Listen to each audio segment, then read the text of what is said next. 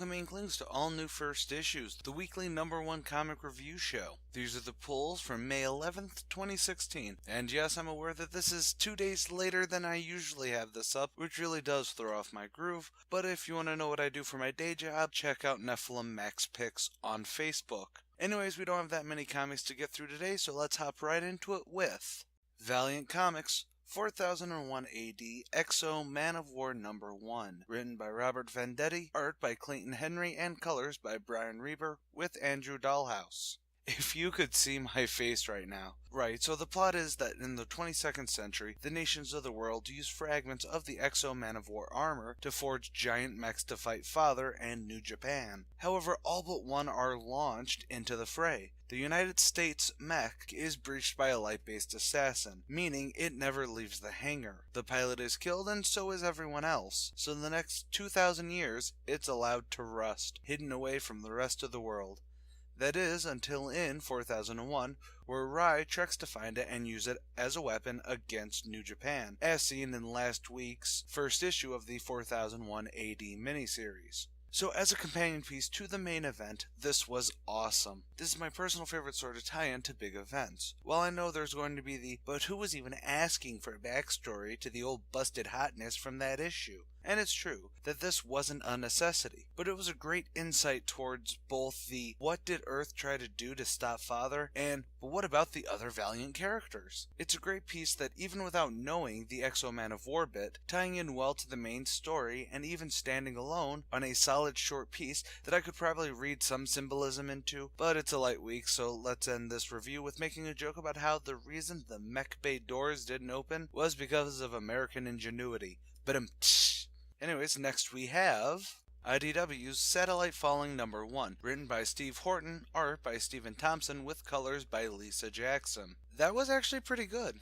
It starts off a bit sappy with the lead, Lily, having lost her lady love and moved far away from anywhere. How far? Well, she's the only human being living on Satellite, where she's a bounty hunter for, well, anyone that pays, though we see her working with the police in this instance. However, when she takes on a case to help with a raid, seeing the sweatshop conditions and the kids in shackles, Lily gets overzealous and starts strangling the criminals she's supposed to help bust. I've gotten stern messages and emails before because those specific people felt that by glossing over the homosexuality of the lead characters, somehow it demeans them. However, this story perfectly exemplifies why I tend to not focus on such details. The setup to the story, with Lily having come to Satellite because of losing her love, as well as the narration being through a thought journal in lieu of a letter to said lost love, is a galactic standard at this point. Yet it allows the story to continue without holding on to the lesser details. So we see through her actions that Lily is a strong character, and that's what works well. Lily doesn't simply stick out as the gruff, hard-boiled, I hate everything trope, even having a sex scene with a gender-shifting alien who was kind of her boss.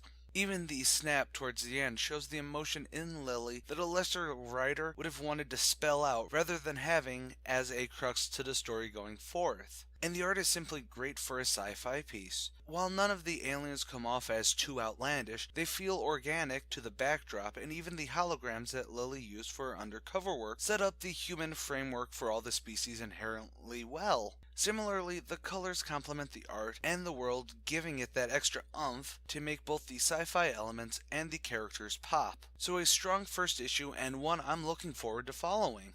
Also from IDW, we have IDW's Back to the Future Citizen Brown #1, script by Eric Burnham, art by Alan Robinson, and colors by Maria Santaola. So this takes place a few months after the Back to the Future 3 movie, and is basically the plot to the Telltale game. So if you've played that, you know. But I haven't, so let's get things spoiled for me. So Marty has to travel back to 1931 to save Doc Brown from being shot. But things get even worse as, when he does free Doc Brown from prison, he begins to fade from the timeline. Yeah, a lot happens in between going back and McFly starting to dissolve, but it's just one of those things that you have to read to get the full brunt of. And it includes a young Doc Brown and Marty's grandfather. And this is a great romp. I've not been checking out the main IDW Back to the Future book, but now I'm really interested because this reads like it was Bob Gale written. And the plot is very Zemeckis-y, but it also is very much its own entity, following a bombastic video game standard that really makes for a fantastic fun read.